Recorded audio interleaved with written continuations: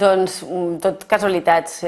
La meva cosina feia sincro perquè una veïna li va dir a la meva tieta, li va dir, mira, ja que encara hi heu, fan un esport molt xulo que és com ballar dintre de l'aigua i tal. La meva cosina va anar a provar i portava un parell o 3 d'anys fent sincro i jo un Nadal vaig anar a veure una exhibició i ja era també una mica ballaruca jo, que estava sempre fent espagats i no sé què, i posava música i em posava a ballar, i al anar-la a veure la meva cosina em va encantar i em van apuntar al cap de res, de mesos. De fet, jo amb 14 anys vaig estar voluntària olímpica i quan veia les noies allà nedant jo deia, jo seré olímpica, ho tenia claríssim, sabia que arribaria. Crec que no he tingut mai alguna tan clar a la vida, tot l'altre, però això ho tenia claríssim, ja t'ho dic. Sí, sí.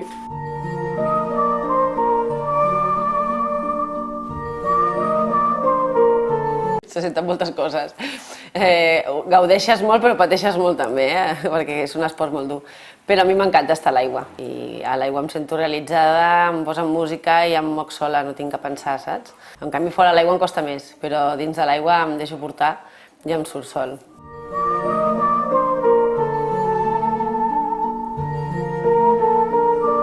Hi ha molts factors, perquè clar, et podria dir esforçar-se molt, però hi ha gent que s'esforça molt i no arriba.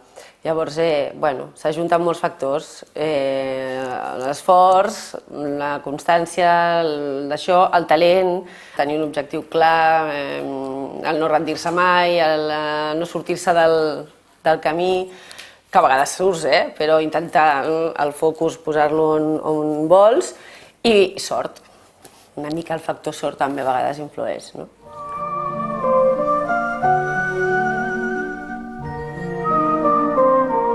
Perquè em van liar i jo com em van els reptes i no sé dir que no, doncs dic, va, vinga, és una aventura més. I assumia les conseqüències de tot, vaig passar un any durillo, perquè, aviam, jo vaig deixar-ho el 2009, que vaig passar una operació bastant important. No sabia si fer un any sabàtic o no, volia prendre un any una mica tranquil, i em vaig quedar embarassada. Llavors vaig deixar de competir aquell any, el 2010, 2011, 2012... Bueno, el 2010, quan el Nil tenia 8 mesos, vaig voler tornar, però va ser un intento fallido perquè em vaig trobar en una situació...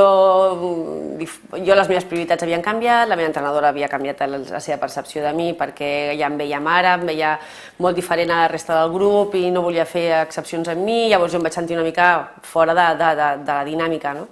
I em vaig sentir una mica desplaçada en alguns temes i estava incòmoda. I a més hi havia un tema de relació amb l'entrenadora que no acabàvem de fluir i em vaig reir en seguida, als 6-7 mesos vaig dir, mira tu, aquí us quedais. Jo me'n vaig a cuidar del meu fill, que prou feina tinc. I a més era el que més il·lusió em feia, no? Acabava de ser mare i era el que acabava d'obrir un restaurant, a més. I ho vaig tenir clar d'un dia per l'altre, vaig arribar a casa plorant i vaig dir, no puc més, tu, això ja s'acabó. I sí, vaig deixar, el 2012 vaig fer la roda de premsa oficial que ho deixava i al cap de res, el 2015 em van liar, em van tornar a liar, em van picar, perquè saben que a mi si em piquen acabaven aconseguint treure'm sang, llavors em van liar amb lo del duo mixta, amb el Pau Ribas, el vaig començar a entrenar jo en el noi i bueno, era també un repte, era fer història i mira, em vaig atrevir i vaig fer. Llavors això va ser l'excusa perquè l'any següent la federació i la directora tècnica de la federació em tiressin un altre cop d'això de dir, va, vinga, torna't a animar, entrena un altre cop i per anar amb la Ona a l'Olimpiada, que la Ona no tenia llavors una parella de nivell i pensaven que jo entrenant una mica arribaria. Em va costar, però sí, vaig arribar, vam arribar al mateix nivell les dues a l'Olimpiada, però va ser durillo per mi, perquè clar, portava 6 o 7 anys sense entrenar al nivell. Però bueno, va ser un repte per mi i no me n'arrepenteixo gens.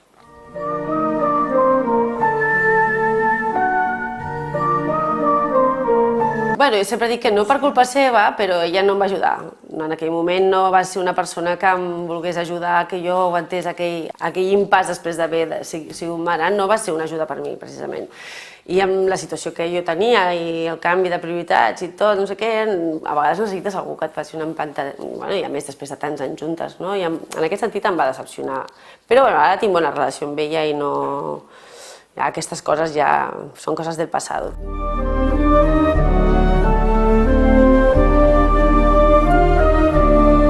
Ne tinc molts, però jo recordo el moment, a l'últim, als Jocs Olímpics de Rio, d'estar acabant la competició i saber que els meus fills estaven veient-me allà amb milions de persones i ells estaven allà enmig. I ja se sentia, a més, mama, mama, com una olimpiada, I estaven allà els dos. L'experiència com a mare és el millor que he fet a la meva vida. Jo sempre dic que les meves 2 medalles més importants són el Nil i el Joe.